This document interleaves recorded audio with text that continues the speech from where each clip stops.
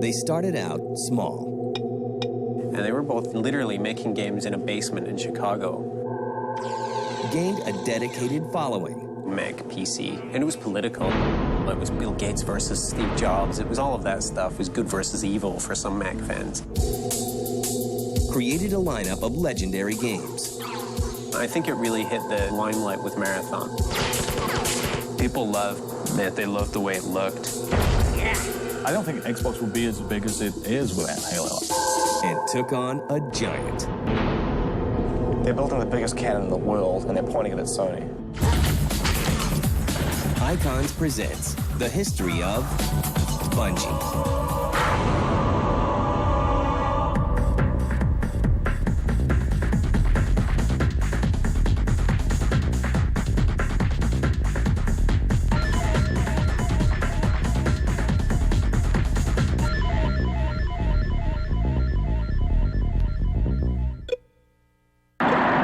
In 1972, Pong brings gaming to the masses. 20 years later, the classic game is revitalized by a college student, Alex Seropian.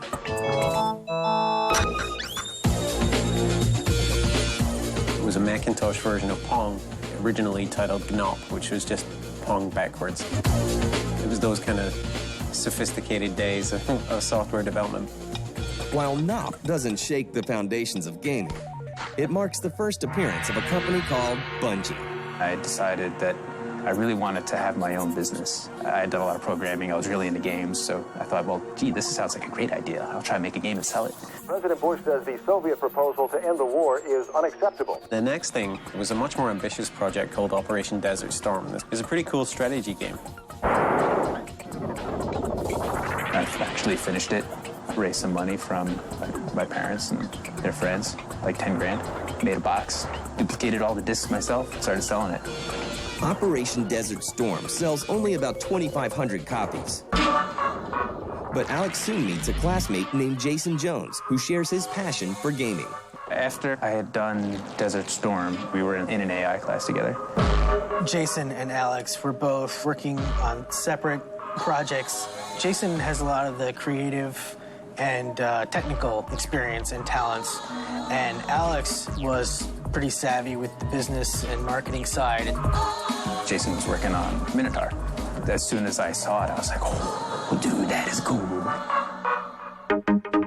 But he didn't really want to finish it, and I don't know that he really thought about selling it, but I kind of just kept talking about it, and eventually I convinced him that we could actually sell it.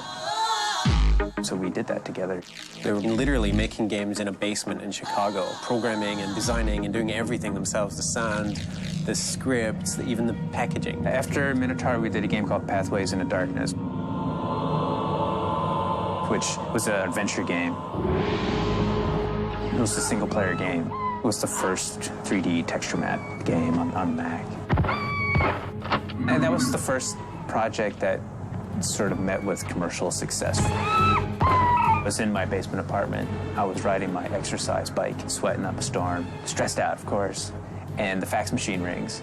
And I look over and I see this fax coming. It's like a $40,000 order. It was like way bigger than any order we'd ever gotten before. And I'm looking at it come through the fax machine, and I like jump off the bike, I'm dancing around the room. That made us enough money that we could start paying a few people. That's when we got a real office. Bungie sets up shop in Chicago in 1993. And their office space isn't the only thing they expand. For their next game, they plan to reach an even bigger audience. Jason and I were talking about, why aren't we picking the low-hanging fruit, you know? We shouldn't give anybody a reason not to buy our game. Like, there's no reason to make something less accessible. Marathon was really a great answer to that. Marathon really established a world with mood and atmosphere, really gave you a sense that you were participating in this adventure. It really used the first-person perspective to tell a story and to engage you in a world. I don't think we really knew how important net play was going to be until we set that up and took it to Macworld, let people just walk up and play it. And there were just lines on the machines. People just wanted to play it because it was so fun. The company really hit the limelight with Marathon. This was around the Doom period, and this was the Mac alternative to PC's Doom. And in a way, it was a more sophisticated game. Marathon was successful on a lot of levels. It did sell a lot of units. We did 3 versions of Marathon on the Mac and a version of Marathon on PC. The Marathon games propel Bungie to superstar status in the Mac world. Now, the Chicago-based company will set their sights on a new market. But this change in direction will also lead to division among their most dedicated fans.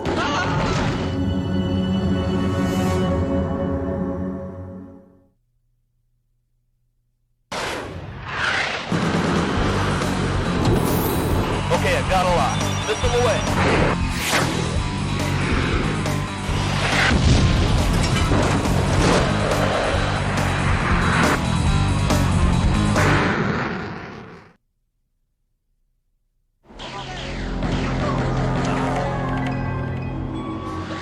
By 1994, Bungie has established itself as a premier game developer for the Macintosh. But if the company wants to continue to grow, they'll have to expand their reach. One of the first steps is porting Marathon 2 to the PC in September 1996. But Bungie's wider focus comes with some consequences. The closest thing to a console rivalry that you can see in the PC space would have been Mac PC. And it was political. It was Bill Gates versus Steve Jobs. It was all of that stuff. It was good versus evil for some Mac fans. Mac fans are a very protective bunch, and here they were with a game, with Marathon and Durandal that were theirs. Perhaps the first betrayal of Mac fans was making Marathon for the PC, and they were fuming. I think the feeling is that if Bungie starts moving into the PC side, that they might actually start selling a bunch of copies and then realizing that that's where the money is potentially and never come back. We were a growing business, and there was demand for the game, and we didn't hate PC owners, and we didn't hate the PC market. We were a business, so we made a PC game. Bungie shifts even further into the PC camp with their newest game, Myth. Myth was Bungie's first simultaneous Mac and PC release. Yesterday, our Legion entered the village of Crowsbridge and halted there for the night. Well, the game was beautiful. It still is, but at the time, it was just gorgeous. The water and the hills and the big bloody bits that would go flying with every explosion. It was really compelling from a visual standpoint. Myth was a chance to do something different. Bungie decided to move on to real-time strategy instead of just doing another first-person shooter because Jason was tired of working on first-person shooters. There were strategy games that were coming out that were pretty popular, like Warcraft and Command & Conquer. But we kind of looked at what they were doing and turned around and looked the other direction.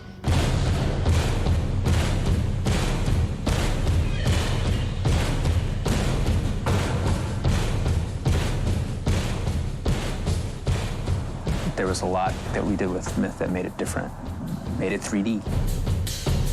It almost had a sense of humor to it. Bridge is being attacked. Let's get out of here. Yay! Myth did great on the PC, and I think it stopped us being this Mac developer. Myth just kind of swept away the divisions between the systems and people's minds. The success of Myth gives Bungie the chance to expand once again. They change offices in Chicago and open a new branch in San Jose to work on other projects. This facility is involved in the manufacture of illegal technology. Then the Chicago office faces one of Bungie's first great challenges. Bungie has certainly had its share of trials and tribulations. Welcome to Myth 2, Soul Blighter. Do what you're told, and you might live to tell about it. Working on Myth 2 was one of the big trials. Click on the target dummies to blow them up. We ended up having to recall Myth 2 because of a bug. No. Blow up the target dummies. Essentially, when you would uninstall the game, it would wipe the directory that you had installed it to. If you installed the game to the root level of your hard drive and then uninstalled it, it would proceed to actually wipe your entire hard drive. Casualty. It was a bad bug.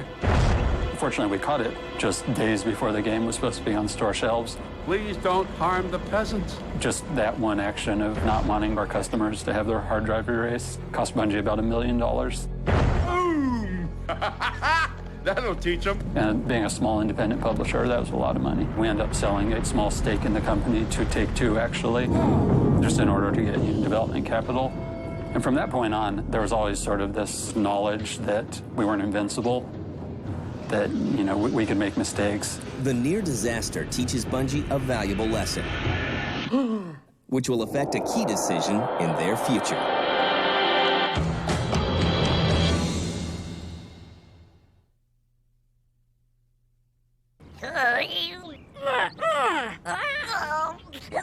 That's it. Little to the right. Oh!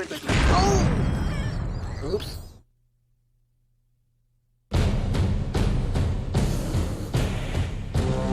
Run for your life! While the Chicago branch of Bungie releases Myth 2 in 1998, their San Jose branch takes Bungie in another direction with Oni.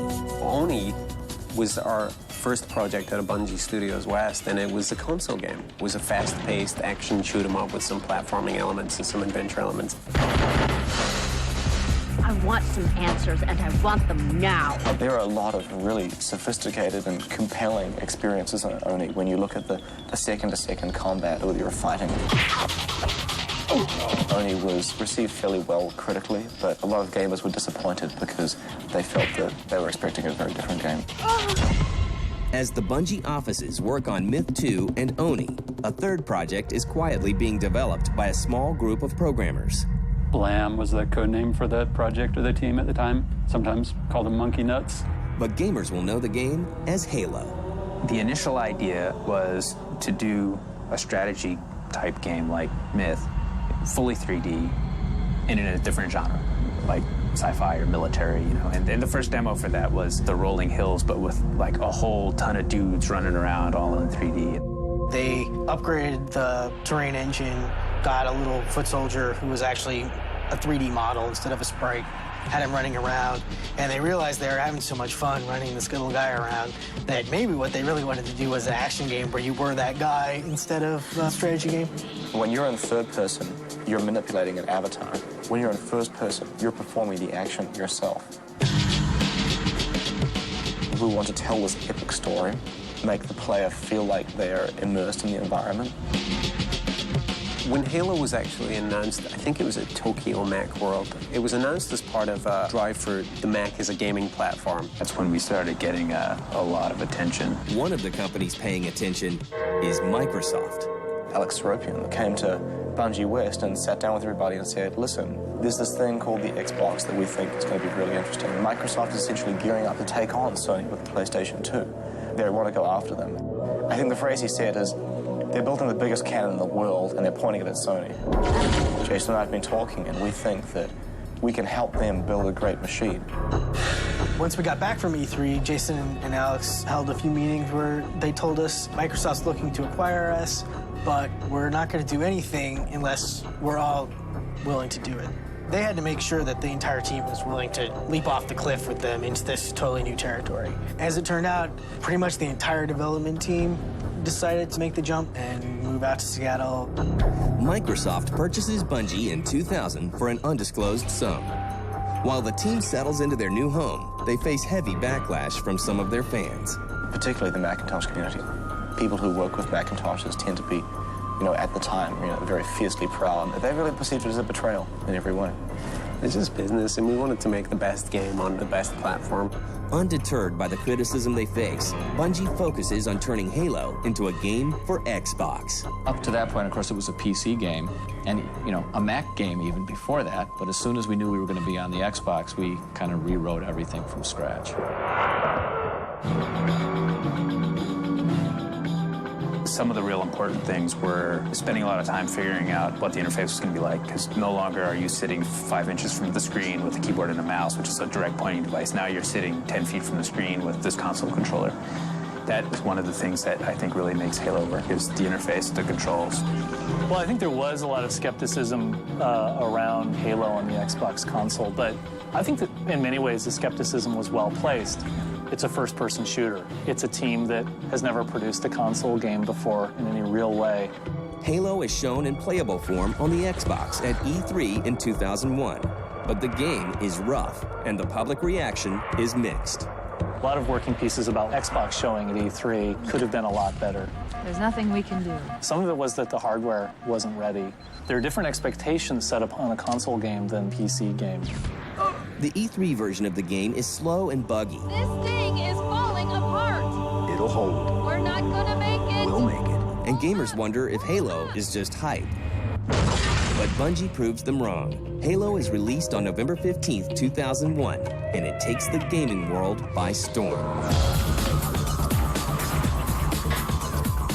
So when Halo arrived, we didn't even know if the console was going to be successful. We didn't even know if the ground we were standing on was going to be there the next day. But the console took off, the game took off. I don't think Xbox will be as big as it is without Halo. Xbox has been successful. I mean, 14 million units and many millions of different types of games. Halo is pretty much at the center. Well, I wanted to make sure we had great music that came in when music was needed. And when music wasn't needed, that there was a totally convincing, realistic, or even surrealistic ambient and sound design supporting the whole thing. The single-player game was really incredible. I knew that people were going to fall in love with it. The epic nature of the whole thing. It's a beautiful game, and it's a lot of fun. People would get together, and they would play the game with their friends, and they'd develop and build rivalries with real people. Halo becomes a nationwide phenomenon. Oh! It sells 10 million units in only 8 months and is adopted by the World Cyber Games. Professional gamers play it for cash prizes, and it becomes the must-have Xbox game.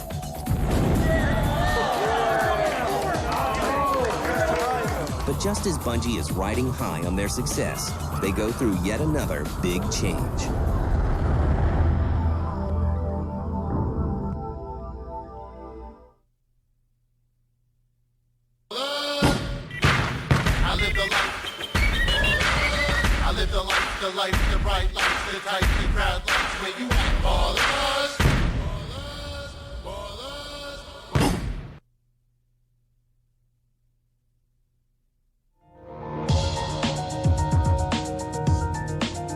The 2001 release of Halo on the Xbox is a resounding success. But while Bungie celebrates, Alex Seropian decides to leave the company he helped create. Well, I did want to go back home to Chicago, and Bungie had done great stuff. Halo had been really successful, and the team was really nicely set up at Microsoft. I had a lot of respect from the people, around us at Microsoft. The team was able to and is able to do anything. They were in a really good place. I felt as though I could go back home and they would do really well. And I think they're doing great. Seropian will go on to form Wide Load Games. Meanwhile, Bungie starts work on Halo 2. Halo 1 was essentially a 9-month crunch, and so everybody was exhausted and kind of scattered all across the world, and then came back a month or two later to talk about what we were going to do next. Oh yeah, welcome to Bungie Studios. And this is the secret hallway that leads to the Bungie paradise.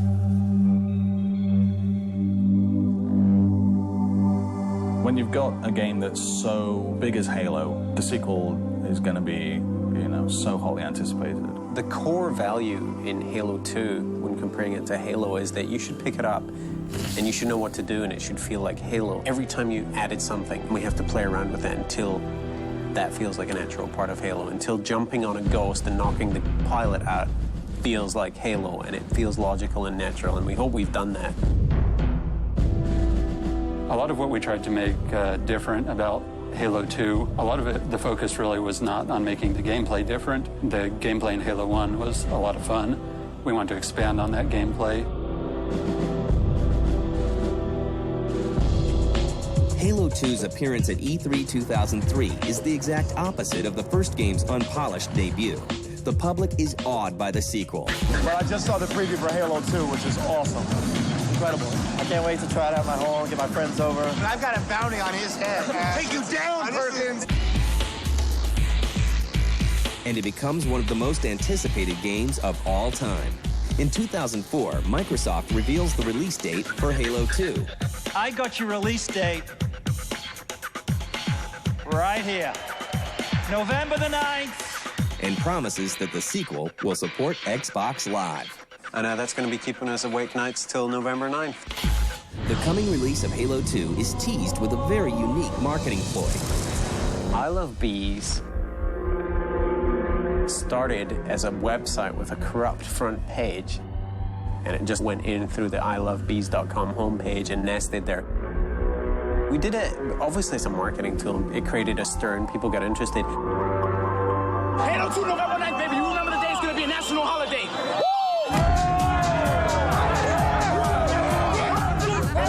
Bungie makes good on their promise. We're just moments away from midnight. The game is released on November 9th, 2004. It's a nationwide event. What on earth are you doing here? I want to play it at midnight tonight. Because Halo 2 is the best. Halo 2 is everything. I've been waiting for this game for 3 years. Oh, we don't know. I'm like so pumped. Yo, we got nothing else better to do. And I'm done with school. I have no life. It's all about Halo. 2.4 million copies are sold in its first day, bringing in $125 million. No other game does this. Halo 2 grosses more than Hollywood's biggest movies. No doubt about it.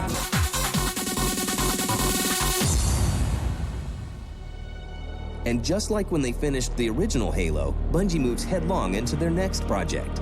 But they'll stop just long enough to look back on what they've accomplished. After being done, and I look back on the development of Halo 2, and for me, the most special moments happened not just in the completion of the game, but in getting to work with a team of amazingly talented people who care a lot about what they do, and that a great game is just icing on the cake.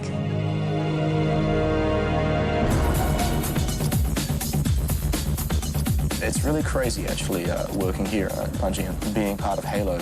I still, every once in a while, will be standing on a street corner in Seattle, and I'll sit there and think to myself, you know, if I look out here, I could probably see from here 50 or 100 people who have played the video game that I made. That's crazy. Oh, I think this is over. Oh, no. No.